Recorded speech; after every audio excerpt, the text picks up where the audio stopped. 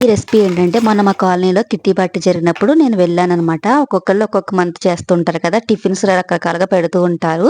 ఈసారి అయితే ఇలాంటి టిఫిన్ అయితే పెట్టారనమాట. "ఇవేంటి బాబీ" అని అడిగితే, "ఇవొచ్చేసి మంగోడి" అని అన్నారు. అంటే ఎలా చేస్తారు ఏంటి అని అడిగితే, ఓన్లీ రైస్ ఫ్లోర్‌తోనే చేస్తారు. ఇంకేమి వెయ్యరు" అని చెప్పేసి అన్నారన్నమాట. ఓన్లీ సాల్ట్, రైస్ ఫ్లోర్ అనేసి చెప్పారు.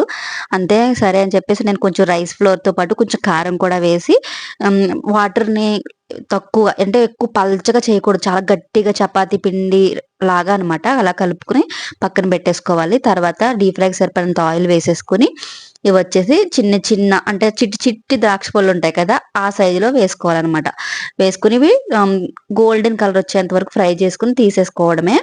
ఇదొచ్చేసి చాలా టైం పడతది ఇవన్నీ వేపడానికి నాకు తెలుసు. ఎందుకంటే వాళ్ళు చేసి బౌల్స్ ఇవన్నీ కూడా వాళ్ళైతే అంతమంది మొత్తం ఒక 15 మెంబర్స్‌కి చేశారనమాట.